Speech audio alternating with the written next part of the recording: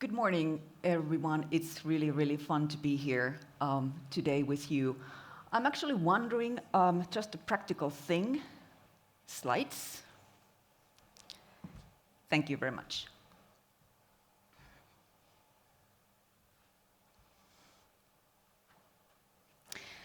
I will spend next 25-30 minutes talking to you about ECI University, to tell the story of ECI University, basically.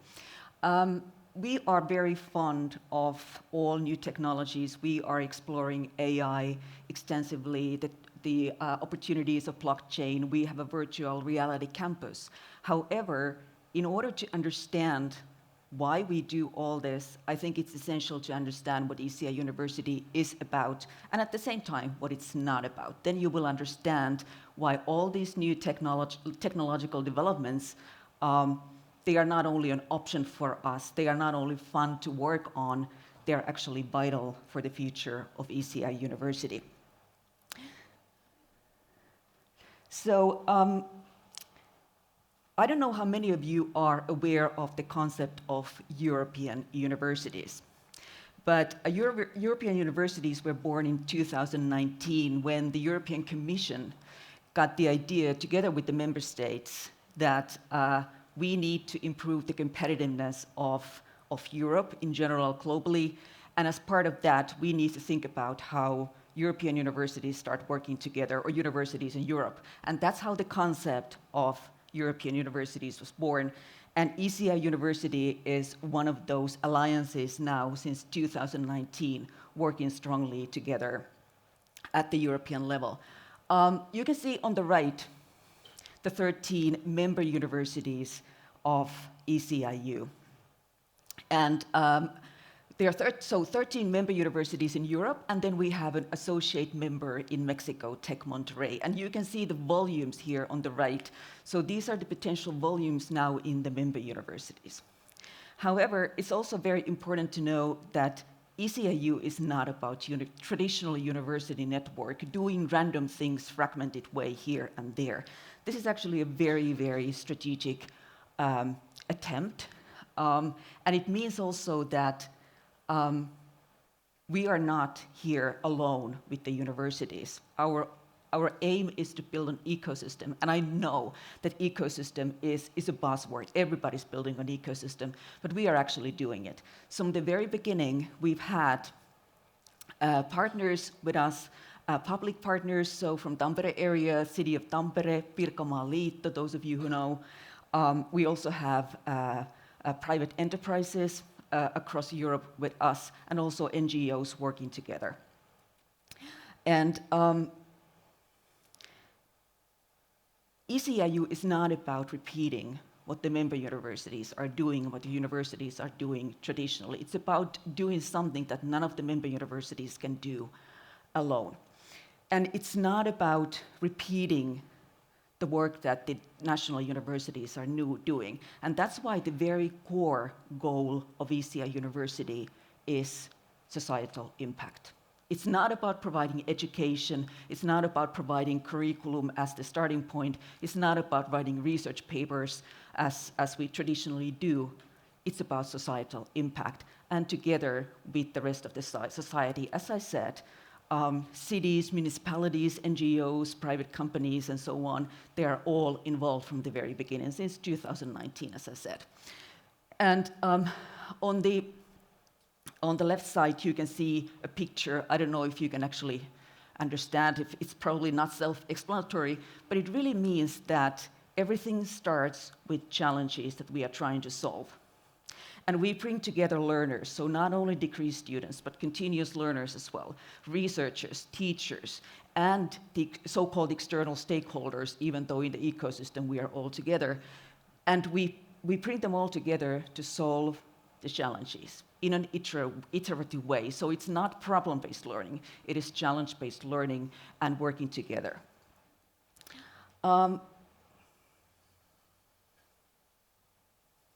Here's a picture, which, well, it has lots of words, but it does, I think, quite well describe why we are doing this, why we are and particularly in education, why we are going into something quite different than what the universities are doing at the moment.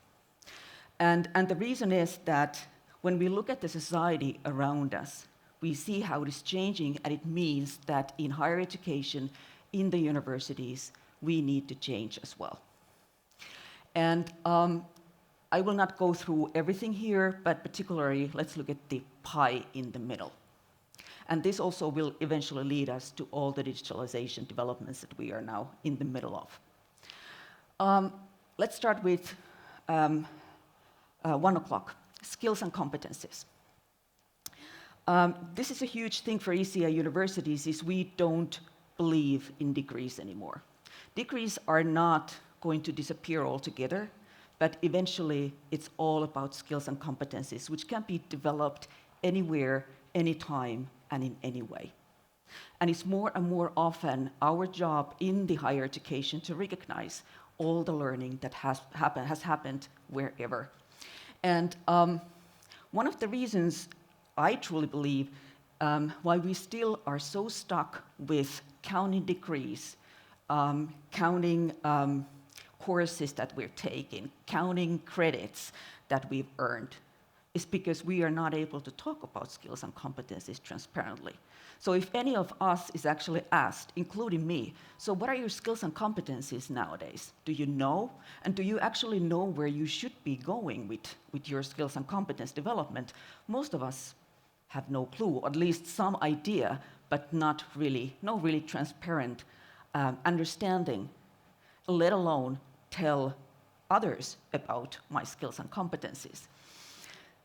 So that's our core in ECI University. We are not going for degrees. We are going for so-called micro-credentials. You probably heard that term. And that's where AI comes into play. Many of you probably know very well that there are already developments. There are algorithms which actually harvest data, and after that, tell you about your skills and competencies based on what you've done previously in various situations. And in ECIU University, that's what we are doing. We want to make people's skills and competencies transparent. We want to support them. We want to understand what their motivation is for learning, why they want to be part of challenges, why do they want to make societal impact, and then we guide them with all kinds of digital tools. And AI is the very core of making the skills and competencies transparent. And once we understand, any of us understand what my skills and competencies are, then we also provide data about future, where the world is going. And then through digitalization, we are actually able to guide people systematically, and not only during one course or whatever, but actually for life. That's the idea.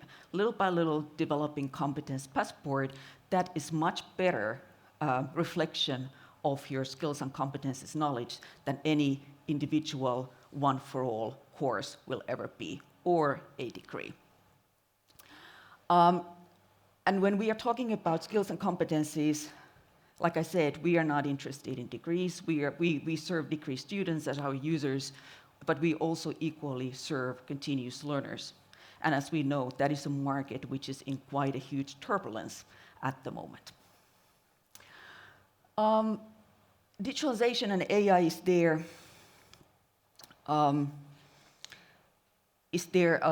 at 3 o'clock. And we say in our Vision 2030 of ECIU that ECIU will rely heavily on data, digitalization, and AI. And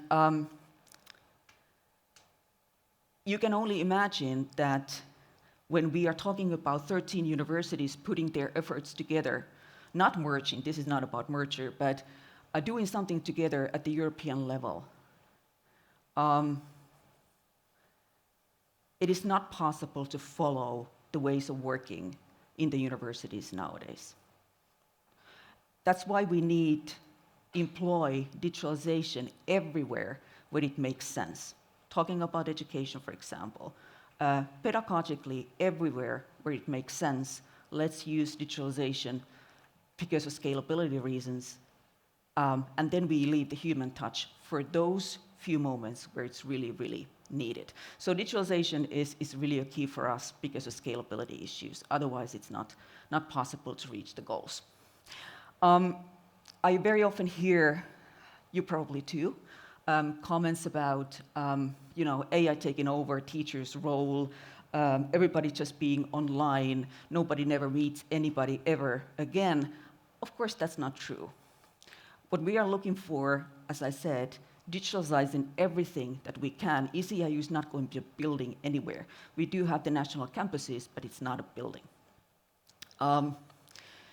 So we are looking for digitalizing everything, but then let's leave the human resources where are the most valuable. Learner orientation, well, you got a little bit of taste of it when I said skills and competencies are in the very core of everything. So traditionally, I've often said that universities are very production-oriented. There are people who know how the world runs, and then we set education available, one for all, take it or leave it, and we turn it upside down. As I said, let's start with everybody individually, personalized approach, and then take it from there.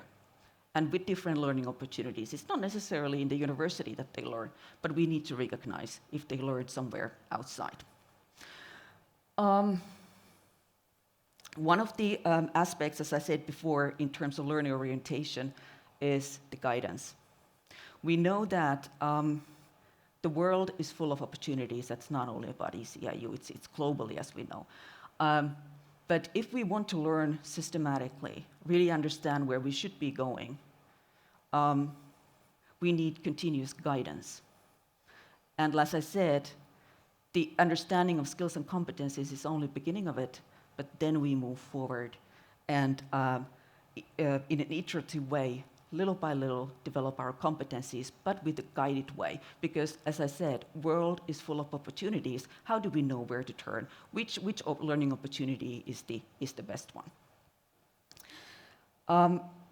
And then maybe one more point about the learning orientation, talking about continuous learners particularly. We know that 70% of continuous learning happens at workplaces, in job. It doesn't happen in courses. Only 10% happens in courses, and usually not even university courses.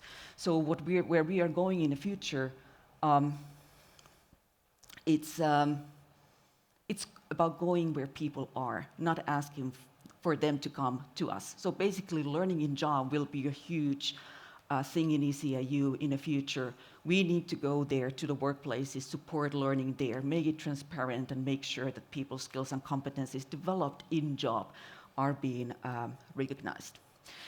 And then we get to the ecosystem aspect. Many of you probably know that, well, universities often like to think that we know it all, which is obviously not true at all.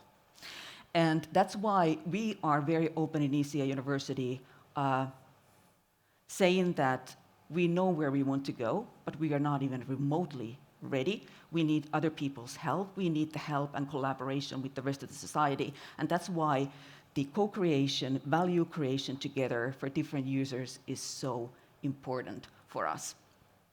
And it also takes a lot of mindset changing in the universities to make sure that we are building an ecosystem, not university network that dictates things and then moves forward. And again, if you think about this happening at the European level, people coming together, since ECI University is ultimately all about the community. It's not about the curriculum, it's not about the research papers, it's about empowering the people, the communities, doing things together. So you can understand, again, this is not a physical thing. It is that too in some cases, but in most cases we need to find something else. And then obviously new business models and all that. I will now, before jumping into the actual concrete digital developments going on, these are the key elements of ECI University development, directly pictured from the Vision 2030. So now everything that I've said, you can start understanding why these are the key elements. It's really about open community. It's not something that everybody needs to apply, like into university in general. It's really about the cutting-edge technologies, taking full advantage of them. It's about innovating co-creation model, and it's a European education research and innovation. And as I said, ultimately, it's about impact. So now we get to the technology part. So what's really happening at the moment? Everybody who knows something about universities and the digital systems of universities can only imagine that putting together 13 universities at the European level, it doesn't even come into question.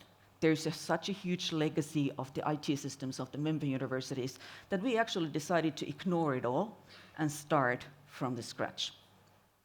So on the upper left corner, you actually see this is one version. It has already, I think, changed, but it's basically there's going to be one entrance to ECI University. That's the digital heart of ECI University at the European level. That's where the community comes together. And through that entrance, you can then engage yourself into actual activities. That's where your competence passport is. That's where your skills and competence analysis will be. That's where you connect to other people. So it's one entrance only. And then, of course, connecting to the member universities as needed for some data transfer. ChatGPT is currently something that we look into at the moment, is just like probably everyone else. We are currently exploring how to use that for guidance of people. As you know, traditionally there are in universities, there are student counselors and everything, but we cannot hold everybody's hand. So we need to find, again, for the sake of scalability, digital opportunities, and ChatGPT is actually quite promising in that sense, providing information about ECIU and so on. And you can it doesn't take much imagination to think that the next step is actually ChatGPT or whatever the tool is, taking some of the teachers' tasks over, the ones that don't necessarily need the famous human touch. We are also exploring with blockchain, because as I said, micro-credentials is what we go for. We don't care about degrees. Micro-credentials, small learning opportunities that are then credited, we need to find a solution for to do it in a trusted way, and currently we are then exploring blockchain opportunities. And Head AI, I don't know how many of you know the company, Finnish company, working on exactly the skills and competence analysis. That's where we collaborate and try to find solutions at the European level. So various trials going on at the moment. And like I said in the beginning, this is now 3 years old. We started 2019, and these are huge developments, and we are not even remotely being ready. But that's all fine. And then on the right side, it was, I think, early 2020 when the first news of COVID-19 came from China. And it was just a very informal conversation around coffee cups. And somebody said that, now those 50,000 kids there in China, something should be done about them. They are there, and they have no opportunity. So we should actually have something in virtual reality. Well, not us for the Chinese, but in general. And that's how the development started. And we very quickly found funding. We found a company in Helsinki who actually helped us to develop the first environment. And it took a little bit over a year, and there it is up and running. Again, not even remotely being ready, but it's a good testing environment for us now to learn how to function in virtual reality. And the students who have been experimenting it actually love it. We all know that we don't want Teams, we don't want Zoom. That is okay for certain environments, certain operations. But when it really comes about people coming together at the European level you cannot imagine it happening through some, as I said, teams. It needs to be much more immersive experience in order for people to engage, and that's what we are going towards. So yes, it was opened in fall 2021, and there it is up and running, and we tested. And at the same time, we've started also connecting our experts in the universities, for example, pedagogical experts, to further develop it and understand how people really act in it. I'm not saying, to be honest, that this is actually our final environment. We know that there are fancy environments made with big money. We might turn into one of those, but this is our experimenting environment to learn how we actually should be doing things. One thing, by the way, as I said, ECI University is not a building anywhere. That's why the virtual reality is not about buildings. I think it would have been the biggest mistake, actually, to create virtual reality campus which would look like a real campus, because why should we replicate that? So we decided to make it a park. So it's basically a park where lots of things can happen. It's not setting any kind of pre-setting any kind of expectations for the collaboration. People come to the park. There are so-called challenge rooms where the groups can talk about and solve challenges, and eventually, this is not implemented yet, but eventually, actually, they can see in real time how the world around them is changing because of their choices that they made to solve the challenge. But that's up and coming.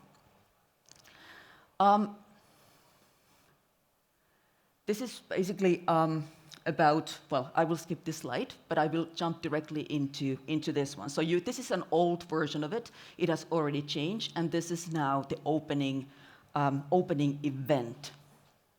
So it looks a little bit boring. But anyway, it is there, up and running, and now, like I said, there are some learner groups, teachers, researchers together with externals solving challenges. And as it happened, as we are in Tampere, one of the professors in Tampere and actually took up his data and software management course, and it was Tampere City who actually provided the challenge. So data and software services for a sustainable city was the challenge provided by Tampere, and then there was a student group who took it over. So how can we develop data and software solutions that will help us create a socially, economically, ecologically, and culturally sustainable city, and so on? So this is how it works. Real-life challenges connected to the universities, connected to the resources of the universities, connected to the resources of public bodies, private bodies, NGOs, and so on, everybody coming together, and virtual reality for this collaboration is a must in the future.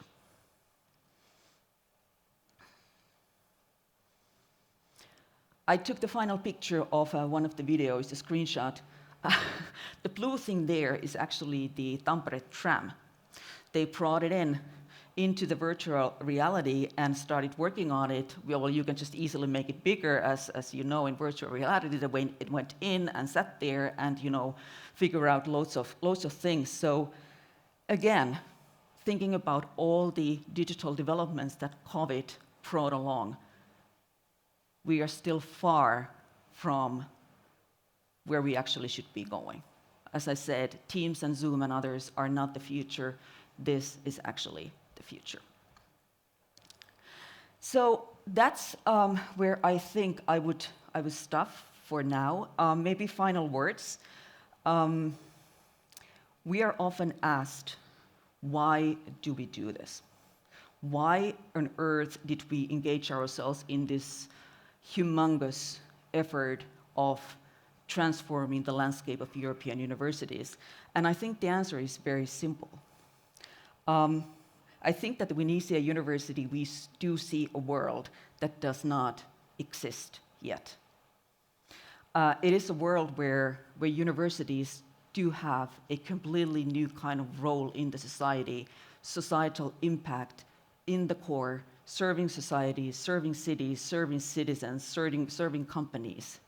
And technology plays a huge role in it all to make it happen. So that's what keeps us going. Thank you.